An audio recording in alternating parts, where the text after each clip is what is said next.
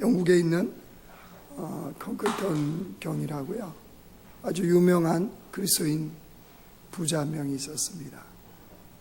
어느 날 자기 하녀가 일하는 부엌을 지나가다가 접시를 닦고 있는 하녀가 이렇게 한숨을 내쉬면서 중얼거리는 소리를 들었습니다. 내게 만약 5파운드만 있었다면 더 이상 소원이 없겠다. 이야기를 들은 컴클턴 경이 하녀에게 다가가서 묻습니다. 정말 그런가? 5파운드만 있으면 소원이 없겠는가? 그러자 하녀가 정말 그렇습니다 라고 대답을 합니다. 그래서 컴클턴 경이요, 하녀의 등을 또닥거려주면서 내가 그 5파운드를 줄 테니까 이제부터 불평하거나 한숨을 내쉬지 말고 열심히 일하기를 바란다, 이렇게 말하고 이제 그 자리를 떠났습니다. 컴클턴 경이 정원으로 가는데 뒤에서 하녀가 중얼거리는 소리가 들렸습니다. 아이 참, 이럴 줄 알았으면 10파운드를 요구할 걸.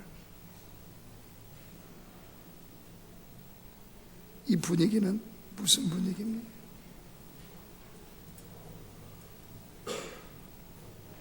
여러분 뭘 느끼십니까? 어리석은 인간의 욕심이 끝이 없다는 게 보이지 않습니까? 자기가 소원하는 그것이 채워졌으면 감사해야 되잖아요. 근데 그 감사가 아니라 탐욕이 멈출 줄 모르는 인간의 이 어리석은 모습을 이 이야기가 우리에게 해주고 있습니다. 근데 이 이야기의 실상이 누군가요? 실제 누굽니까 이게? 우리의 모습이 보이지 않습니까? 하나님을 사랑한다고 그러는데 하나님보다 다른 것을 더 많이 사랑합니다. 예수님이 나의 주인이라고 고백을 하는데 나의 주인으로 삼은 것들이, 다른 것들이 더 많이 있는 그런 삶을 살아가는 우리의 모습. 여러분 오늘 본문은요, 베세다 들판에서 오병이어의 기적이 일어난 사건 이후에 있는 내용입니다.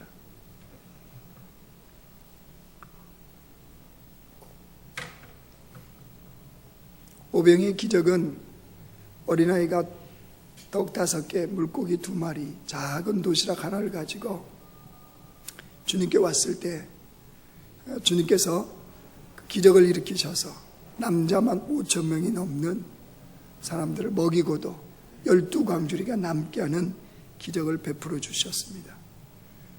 그리고 예수님께서 그날 밤에 제자들로 하여금 그 베세다를 출발해서 가버나움으로 가게 하십니다. 그리고 예수님은 바다 위에를 걸어서 이 가버나움에 도착을 하십니다. 이튿날 아침 되었습니다. 전날 오병이어의 기적을 봤던 이 무리들이 예수님을 찾았습니다. 그런데 예수님이 바다에서도 들판에서도 보이지를 않습니다.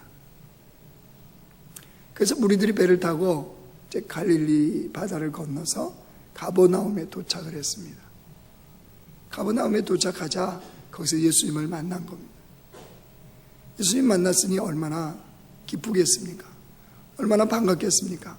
그래서 25절 이렇게 말했습니다. 25절 보세요.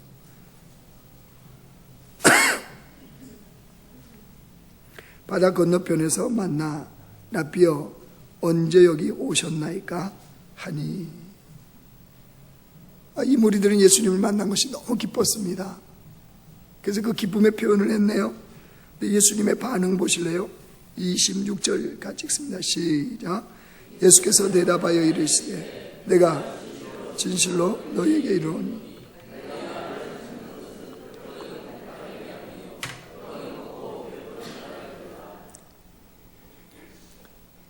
이 무리가 왜 이렇게 예수님을 찾아 헤맸다고요? 왜 이렇게 예수님을 간절히 찾았습니까? 그거에 대해서 예수님께서 지금 이들의 마음을 꿰뚫는, 중심을 꿰뚫는 말씀을 하시죠. 너희들이 나를 찾는 것은 그 오병이어의 기적을 보고 예수님이 하나님의 아들이요, 그분만이 진리이심을 믿고 그분을 따르고자 찾는 것이 아니었다는 겁니다. 어제처럼 자신들의 고픈 배를 채워줄 분으로 여기고 예수님을 찾아오신 겁니다. 그런 무리들을 향해서 예수님께서 이렇게 또 말씀하십니다. 27절 보십시오. 썩을 양식을 위하여 일하지 말고 영생하도록 있는 양식을 위하여 하라. 이 양식은 인자가 너에게 주리니 인자는 아버지 하나님께서 인치신 자니라. 그럼 27절 이 말씀은 굉장히 중요합니다. 왜 중요하냐? 예수님이 이 땅에 오신 목적을 분명하게 밝히거든요. 그리고 그 예수님을 믿는 주의 백성들이 어떤 삶을 이 땅에서 추구해야 되는지에 대해서 주님이 분명하게 말씀하시는 바이거든요. 오늘 그 말씀을 보려고 합니다. 잘 들립니까? 유아씨 잘 들려요?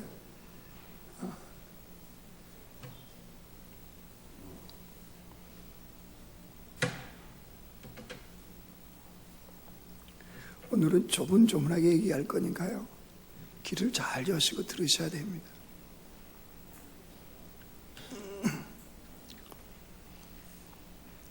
예수님께서 이 땅에 왜 오셨습니까? 예수님이 이 땅에 오신 이유는요, 썩을 양식을 위해서 그 썩을 양식만을 추구하면서 살아가는 그 백성들에게 영생하도록 있는 양식을 주기 위해서 주님께서 오셨습니다. 왜 이게 중요하냐? 여러분 생각해 보십시오. 썩을 양식만을 먹고 썩을 양식만을 목표로 삼고 썩을 양식만을 끊임없이 추구하는 인생을 살다가 썩을 양식이 딱 썩어져 없어버리는 날, 그 인생은 어떻게 될까요? 함께 썩어져 없어져 버릴 허무한 인생이 되지 않겠습니까? 이걸 너무나 잘 아시는 예수님께서 이 기적을 통해서 그 말씀을 해주시는 거예요. 여러분, 예수님께서 이 땅에서 베푸셨던 기적들은 영원히 되어지는 기적입니까? 아니면 그 당시의 기적으로 끝났습니까? 다시 말하면 오병이의 기적이 그 당시에 배불리 먹고 없어져 버리는 그런 기적이었습니까? 아니면 그 떡이 지금도 여기 계속 보입니까? 예수님께서 나병 환자를 살리셨습니다. 나병 환자가 계속 살아있습니까? 죽었습니까?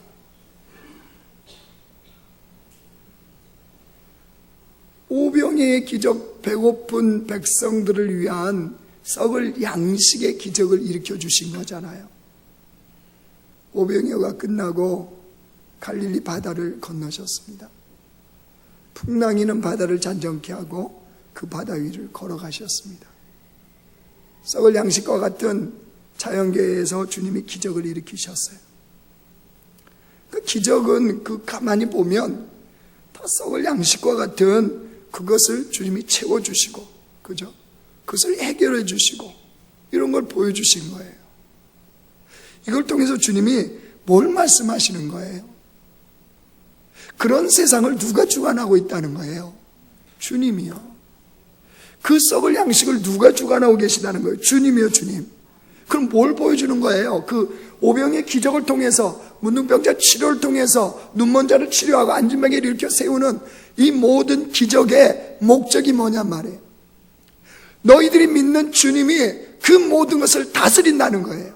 그 때문에 그 주님을 믿는 자들은 더 이상 그것 때문에 염려하거나 두려워하거나 거기에 묶여서 삶을 살아가라 말아라, 살지 말라는 거죠. 그렇게 인생을 허비하지 말라는 거예요. 왜죠? 주님이 그 모든 것을 해결하시는 주님이기 때문입니다. 주님께서 약속에 말씀하십니다. 마태복음 6장 한번 보실래요? 마태복음 6장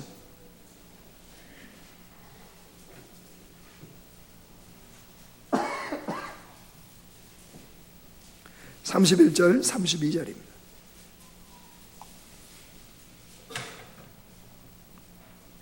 같이 읽습니다. 시작. 그러므로 염려하여 이르기를 무엇을 먹을까, 무엇을 마실까, 무엇을 입을까 하지 말라. 이는 다 이방인들이 구하는 것이라.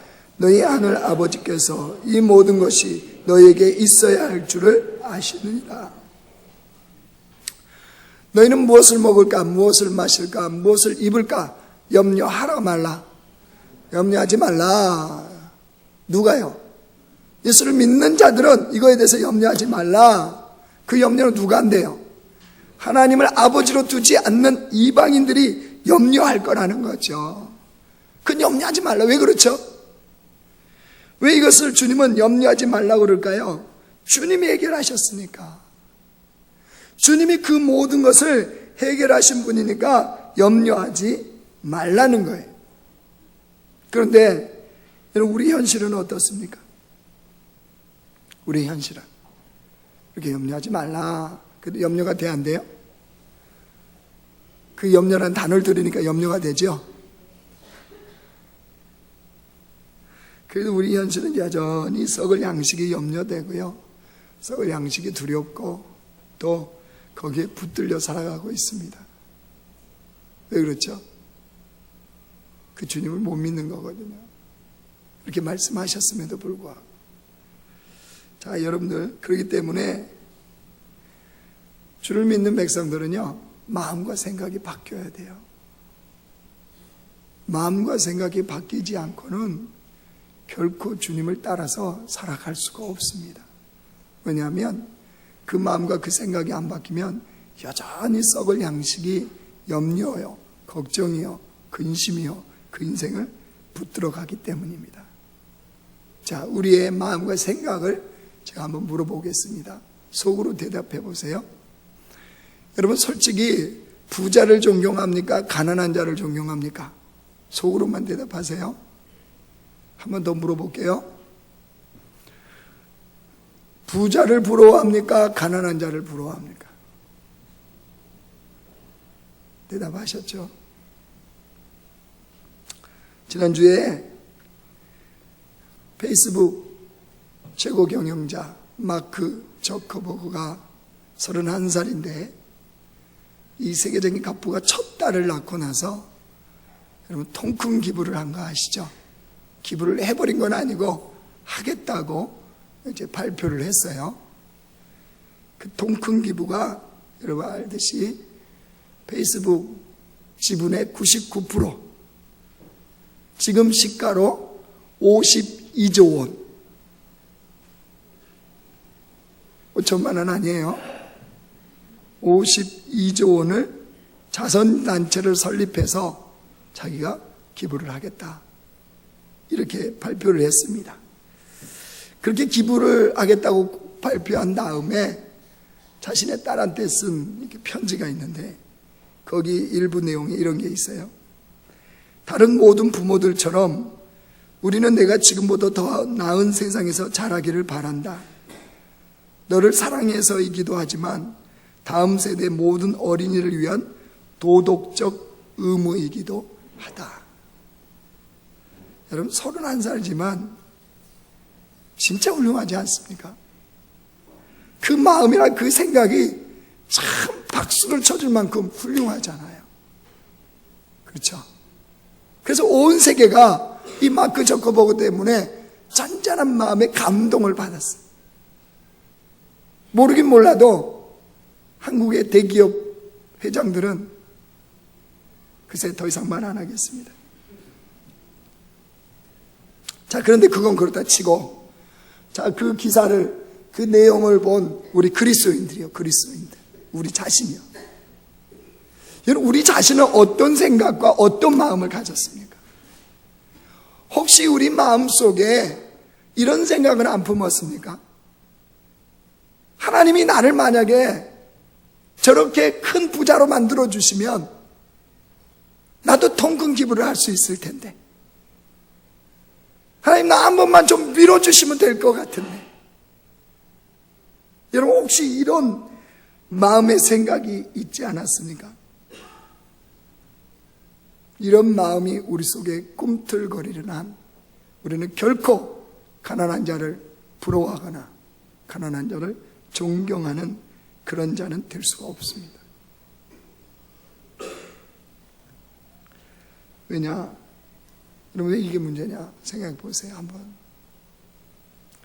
부자의 그 부유함 자체요. 부유함 자체. 그거 하나만 놓으면, 그가 일평생 다른 거 다 빼고 부유함 자체만 놓고 본다면, 그가 일평생을 썩을 양식을 위해서 달려왔다는 그 증거일 가능성도 있지 않습니까? 가난함의 그 가난함 자체만 두고 본다면 그는 일평생 영생하도록 있는 양식을 위해서 살았을 가능성도 있지 않습니까? 그냥 그 자체만 두고 본다면요. 그러면 도대체 누가 인생을 제대로 산 겁니까? 도대체 우리는 무엇을 부러워해야 됩니까? 우리는 무엇을 존경해야 됩니까? 그러면도 우리의 생각과 우리의 마음은 여전히 어디에 머뭅니까? 썩을 양식이 풍성한 삶, 그것이 예수 믿고 복받은 삶이요, 그것이 이 땅에서 누릴 수 있는 최고의 복이라고 우리의 생각과 마음 속에는 여전히 그것이 자리 잡고 있지 않습니까? 썩을 양식이 풍부해야지 복받고, 썩을 양식이 많아야 무언가를 할 수 있고,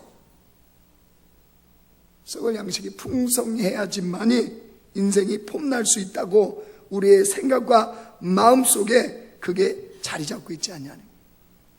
그래서 주님은요, 세계를 받는 진리의 말씀을 우리에게 하십니다. 다시 요한복음 6장 넘어오십시오. 35절 말씀 보십시오. 35절.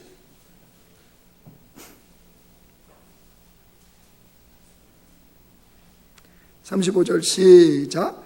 예수께서 이르시되 나는 생명의 떡이니 내게 오는 자는 결코 줄이지 아니할 터요 나를 믿는 자는 영원히. 예수님께서 선언하십니다. 나는 생명의 떡이다. 이 나는이라는 것은 하나님이에요. 하나님. 나는 하나님인데 뭐라는 거예요? 생명의 떡이라는 거예요. 그래서 그 생명을 떡이 있는 자에게 오는 자는 뭐 한다고요? 줄이지도 아니하고 목마르지도 아니하다는 거예요. 생명의 떡이신 예수님을 믿는 자는 결코 줄이거나 결코 목마르지 아니한다. 이게 무슨 말인가요? 우리 인생의 본질적인 문제를 예수님이 해결하셨기 때문에, 그 본질적인 문제를 해결하셨기 때문에 그 예수님을 믿는 자는 결코 줄이거나 목마르지 않는다는 거예요. 영혼의 본질적인 문제를 주님이 해결하셨어요. 그러면 이게 나오지 않는 거예요. 근데 주님이 이렇게 말씀해요. 야, 상식적으로 좀 생각해봐. 아무도 해결할 수 없는 너희들의 본질적인 내가 문제를 해결해서 너희로 하여금 결코 줄이지도 목마르지도 않겠다면 너희들의 육신적인 그 썩을 양식을 내가 안 채우겠느냐? 너희들의 필요에 따라서 내가 얼마든지 공급하지 않겠느냐? 주님 그 말씀이에요. 그래서 무엇을 먹을까? 무엇을 마실까? 무엇을 입을까? 염려하지 말라. 왜요? 생명의 떡이신 하나님께서 책임지시니까요. 그 말씀인 거예요. 그 말씀. 그래서 여러분, 예수님을 정말로 제대로 믿고 살아가면 우리 인생의 진정한 정답은요, 오직 주님이라는 것을 고백할 수밖에 없게 되어져요. 내 삶에는 이런 문제 저런 문제 여러 가지 문제가 있지만 오직 주님이 정답이시구나. 그걸 깨닫게 되는 사람은 삶을 조종해요. 조종. 어디로? 진리를 향해서. 그 진리를 향해서 조종해요. 가난해도 부해도 진리를 따라가요. 가난하면 가난한 대로, 부하면 부한 대로 주님 안에서 자유를 누려요. 행복한 거예요. 넉넉한 거예요. 얼마든지 다른 사람을 용서하는 것이 가능해요. 왜죠? 생명의 떡이 내 안에 있기 때문에. 그래서 그 인생이 결코 줄이지도 목마르지도 않는 인생이 되어버렸기 때문에요. 그래서 정말로 예수를 제대로 믿는 사람의 삶은 그렇게 그리스도인다운 삶이 나타날 수밖에 없는 거예요. 믿노라 한데 그 믿음과 삶이 다르다. 있을 수가 없어요. 있을 수가 없어요. 근데 현실은 이게 많다는 게 문제죠. 여러분, 정말 생명의 떡으로 인하여 우리가 줄이지도 목마르지도 않는다는 이 사실을 깨달으면 여러분, 썩을 양식만을 위해서 달려왔던 인생을 멈춰야 돼요. 그리고 이제 영생하도록 있는 양식을 위해서 그 발걸음을 시작하는 자가 돼야 돼요. 그러면 그 삶이 뭐냐? 그죠? 도대체 그 삶이 뭐냐? 어젯밤에 이 원고를 쭉 읽으면서 정리하면서 큰일 났다. 왜 큰일 나요? 내가 원고를 읽어봐도 이거 잘못하면 맥이 안 잡히겠네.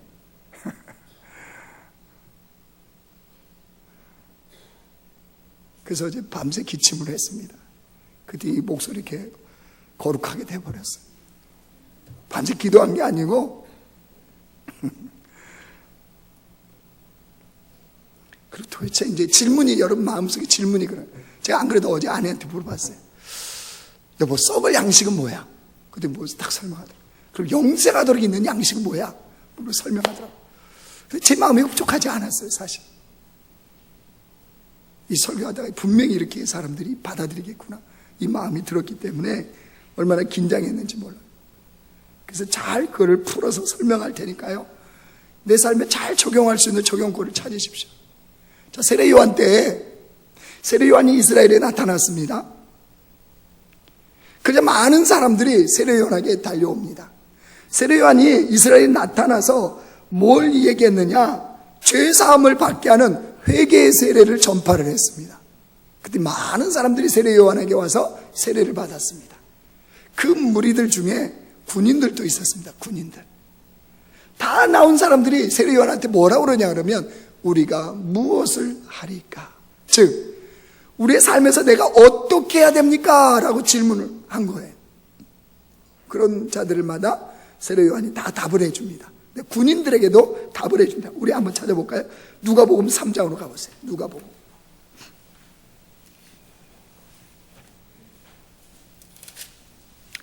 누가복음 3장 14절입니다. 91쪽이요, 신약성경.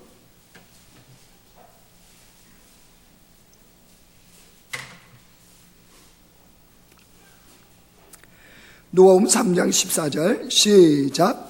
군인들도 물어 이르되 우리는 무엇을 하리까 하며 이르되 사람에게서 강탈하지 말며 거짓으로 고발하지 말고 받는 급료를 족한 줄로 알라 하니라. 그럼 당시 군인들의 월급은요, 어느 정도 받았냐 그러면, 노동자의 하루 품삯으로 따지면 20일치를 받았대요. 20일치. 그럼 여러분, 20일치를 받았으면 원래 그 급료만으로 따지면 노동자보다 못한 삶을 살 수밖에 없거든요. 그러니까 이 군인들이 자기가 가진 칼이나 이 지기를 이용해서 오늘 그 세례 요한의 말처럼 뭐 했다는 게, 사람에게서 강탈을 했고 거짓 고발해서 자기들이 원하는 이익을 챙겼다는 거예요. 그게 일반적인 군인들의 삶이었다는 거예요. 그런데 이제 진리를 따르고자 회개를 하고 돌이켰다면 어떻게 하라는 거예요, 세례 요한이? 그런 거 하지 말고 뭐 하라는 거예요? 받은 급료를 족한 줄로 알고 살아라. 이 말은 이 말대로 살면 당장 지금보다 어떤 삶을 살아야 된다는 거예요. 지금 다른 교회 성도들만 다 오셨나요? 요즘은 별로 안 물어서 대답을 안 하시나 봐요. 당장 지금보다 가난을 각오해야 되잖아요. 그렇지 않겠어요? 그 받은 급료만을 갖고 산다면 이게 뭘 나타내나요? 진리를 따르고자 한다면, 정말로 하나님의 말씀을 따라 그 진리의 길을, 예수님을 쫓아 살고자 한다면 이런 것도 각오해야 된다, 안 해야 된다? 해야 된다는 거예요, 여러분. 예수 믿으면 뚝딱 겁나와라 뚝딱 은나루와 뚝딱이 아니에요. 어쩌면 일평생을 가시밭길 좁은 길, 가난한 자의 삶을 살아야 될지도 몰라요. 그것이 우리의 생명을 살리는 길이라면 주님은 그렇게 이끌어 가실 겁니다. 생명의 떡이신 예수 그리스도를 믿는 자들은 얼마든지 이런 상황에 처해지면 살 수 있어야 된다, 못 살아야 된다? 살 수 있어야 된다는 거예요. 현실은 못 살아요, 못 살아. 그죠? 못 살아. 왜 나만 이러냐는 거. 왜 나만? 연말이 돼도 동창회 못 나가시죠? 왜? 다이아 반지 끼고 귀걸이 쫙 하고 에쿠스로 말했다. 그런 동창을 만나면 뭐가 죽어요? 귀가 죽고 말도 못하고 너 예수 믿는다고 그러니 나무씨학교에 다닌다고 그러니 생활이 그러냐? 이 말을 할까 봐서. 그죠?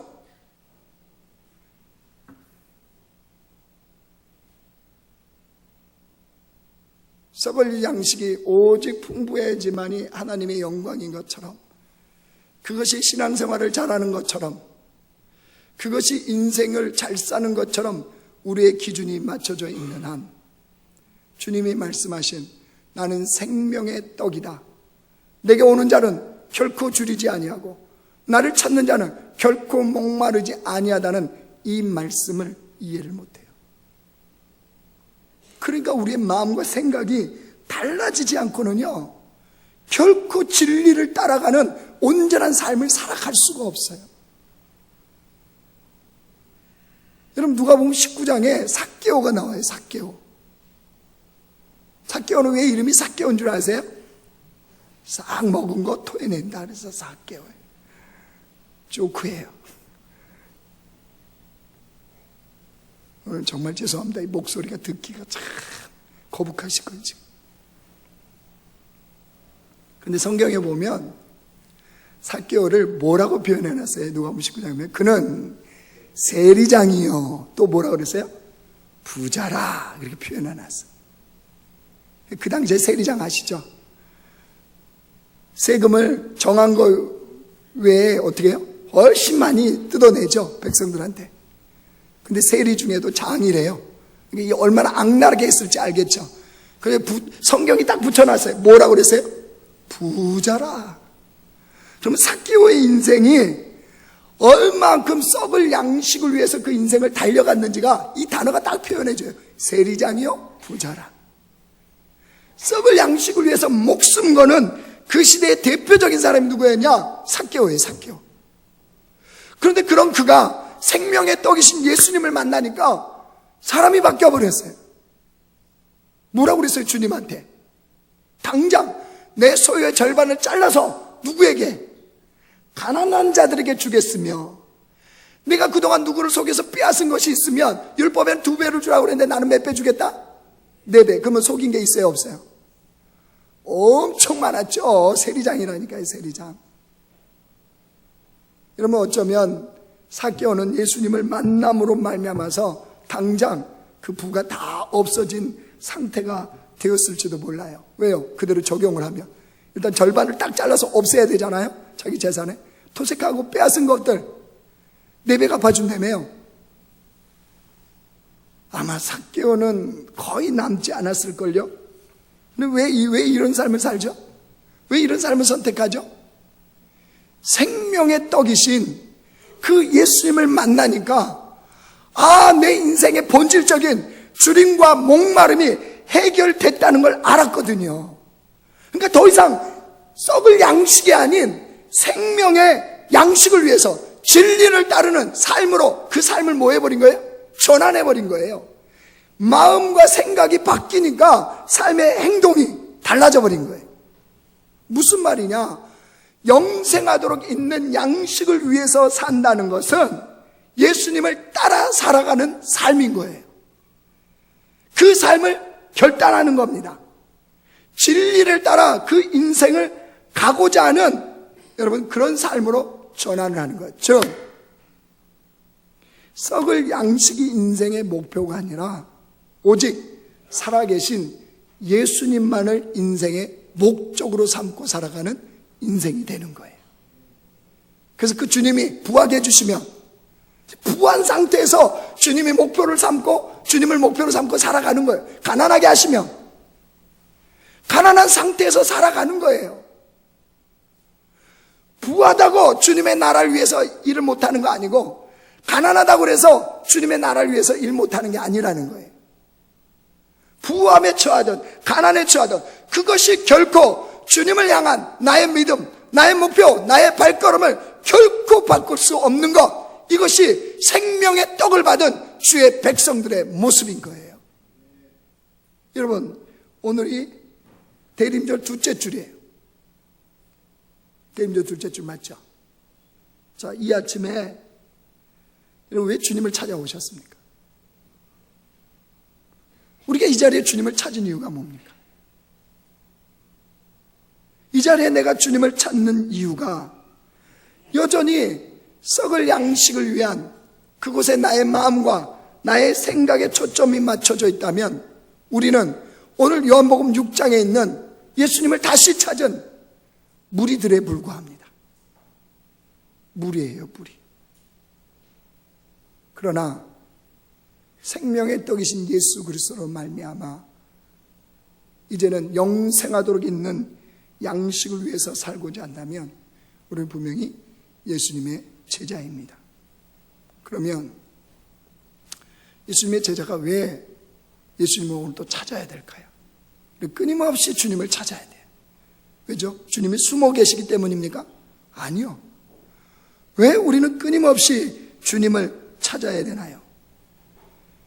우리에게 맡겨진 모든 것의 주인은 주님이라는 사실을 알기 때문입니다. 그래서 주인이신 그분의 뜻에 따라서 내게 맡겨진 것을 영생하도록 있는 양식을 위해서 사용하는 것을 인도함 받기 위해서예요. 진리를 따라가는 그 삶의 자리에서 내게 주어진 시간, 내게 주어진 건강, 내게 주어진 물질, 내게 주어진 재능, 내게 주어진 그 모든 것들을 어떻게 하면 주님의 뜻에 따라서 내가 살아갈 수 있는지, 그것을 사용할 수 있는지를 주님의 인도함을 받기 위해서 우리는 주님을 찾는 거예요. 이것이 우리가 주님을 찾는 목적이 돼야 돼요. 왜요? 우리는 어리석으니까. 어떻게 하면 하나님의 나라를 위하고 어떻게 하면 생명을 살리는 일인지를 주님으로부터 듣고 실천하기 위해서 우리는 주님을 찾는 거예요. 썩을 양식을 위해서 주님을 찾는 자들이 아니란 말이에요. 그것을 목표로 삼고 달려가는 인생들이 아니란 말이에요. 그거는 얼마나 시시한 인생인지 몰라요. 왜 그렇죠? 생명의 떡을 가진 자들이 여전히 썩을 양식을 위해서 그것을 찾아가고 그것을 목표로 삼고 그것에 매여서 살아간다는 것은 정말로 시시한 인생이거든요. 여러분, 대림절 오늘 둘째 주 예수님이 어떻게 하셨습니까? 이 땅에 십자가를 지러 오셨고 다시 이 땅에 재림하시는 주님은 이 땅에서 언제나 아버지 하나님을 찾으셨습니다. 왜 찾으셨을까요? 예수님이 하나님 아버지를 찾은 이유는 다른 데 있지 않았습니다. 자신에게 주어진 하늘의 권세와 능력을 어떻게 하면 아버지의 뜻대로 그것을 행할 수 있을까? 어떻게 하면 그 권세와 능력으로 생명을 살리는 일을 할 수 있을까? 그것을 아버지 하나님으로부터 듣기 위해서였습니다. 여러분, 우리도 그런 인생을 살아야 되지 않겠습니까? 썩을 양식 때문에 우리를 주님은 죽이시지 않습니다. 반드시 필요를 아시고 주님은 공급하십니다. 왜 지금 없다고요? 지금 아마 필요가 없어서 주님이 안 주신 거예요. 그렇다면 그걸 깨닫는다면, 그걸 안다면, 그걸 믿는다면 우리 삶의 경주가 뭐가 돼야 돼요? 영생하도록 있는 양식을 위해서. 즉 어떻게 하면 생명을 살리는 일이 되고 어떻게 하면 내 인생이 생명을 걸어가는, 생명을 위해서 가는 인생이 될까? 이것이 우리의 염려, 이것이 우리의 고민, 이것이 우리의 두려움이 돼야 돼요. 다른 데 우리는 있지 않아요. 왜요? 십자가로 이미 우리는 그런 가치 있는 인생이 되어버렸어요. 그렇게 살아가야 그 인생이 되는 것이 아니고 그 인생이 되어버렸기 때문에 마땅히 우리는 그 길을 걷고자 하는 거예요. 여러분, 우리 남자와 공동체가 이 때림절을 우리가 보내면서 이런 역사가 우리의 삶을 통해서 드러나야 되지 않겠습니까? 그런 좀 근사한 그리스도인으로 이 땅을 살아가야 되지 않겠습니까? 우리의 염려가, 우리의 근심이, 우리의 두려움이 여전히 썩을 양식에 묶여져 있다면, 여러분, 주님의 십자가가 너무 초라하지 않아요? 그러면 그 십자가로 말미암아 그 나의 길이 됐다니까요. 그러면 비록 좀 힘들고 어려울 수 있어요. 인생이 예수 믿어도 힘들고 어렵고 가시밭길을 걸어갈 수도 있어요. 그럼에도 불구하고 우리의 관심은, 우리의 목표는, 우리의 달려갈 길은 오직 진리이신 주님께 있어야 된다는 사실입니다. 이런 공동체, 이런 삶으로 우리가 이제 다시 그 발걸음을 하는 주의 백성들 되어지시길 주의 이름으로 축원합니다.